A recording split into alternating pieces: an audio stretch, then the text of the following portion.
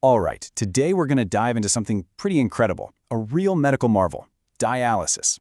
This is a technology that, literally, steps in to save the day when one of our most vital organs, the kidneys, just can't do its job anymore. So, let's get into it. So, let me ask you something. How does your body actually clean itself?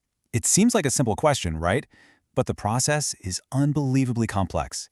Every single second of every day, your body is fighting off a buildup of internal waste and toxins. So how in the world does it handle that massive nonstop cleanup job? Well, the answer lies with a pair of absolute powerhouse organs. And here they are, the heroes of our story, the kidneys.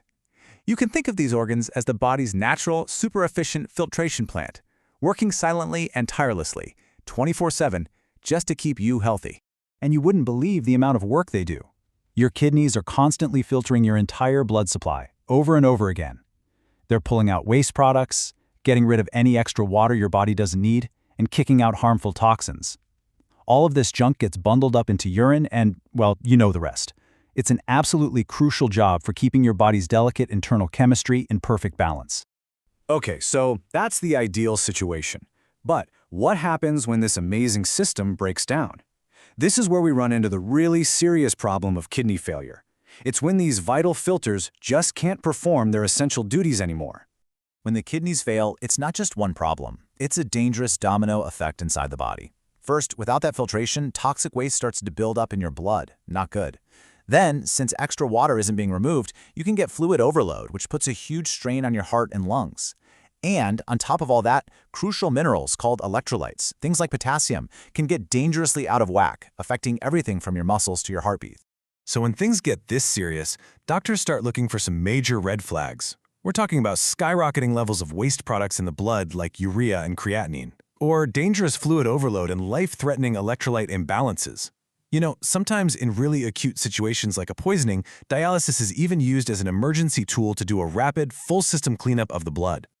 And this is where human ingenuity comes in with a really clever solution. We essentially invented an artificial kidney. And that is the core concept behind dialysis, a treatment designed to take over the job that the body's natural filters just can't handle anymore.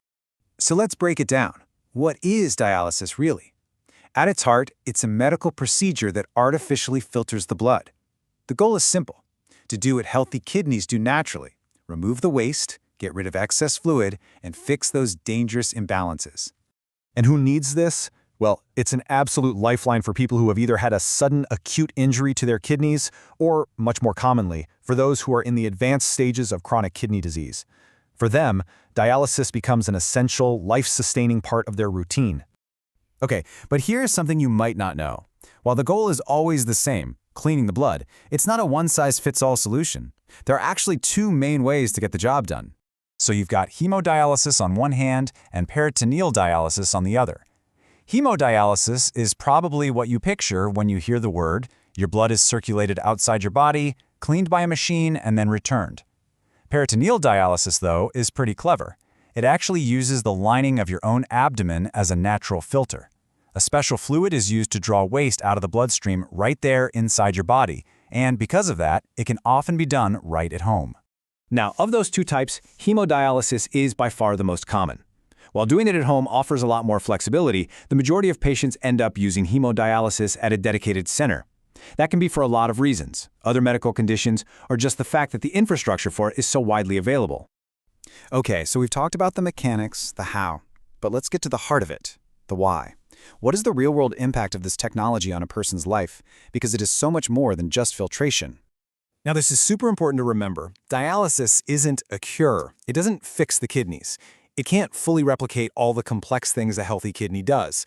But what it does do is absolutely critical. It keeps people alive. With regular treatments, patients can manage their condition and still have a really good quality of life. And that's why for so many patients, dialysis acts as a bridge. Think of it as a life-sustaining treatment that keeps them healthy and strong enough until they can reach the ultimate goal, getting a kidney transplant. It buys them precious, absolutely necessary time. You know, this quote really just sums it all up perfectly. This technology isn't just about managing a disease, it's about providing hope. It's about giving millions of people all over the world the most valuable gift there is: more time. More time to live, and more time with the people they love. And that leaves us with one final, big thought to chew on. We've talked about dialysis as this critical bridge, this link to a better future. But if dialysis is the bridge, what does the destination look like? What new innovations in treatment and transplantation are just over the horizon? It's a powerful question to think about.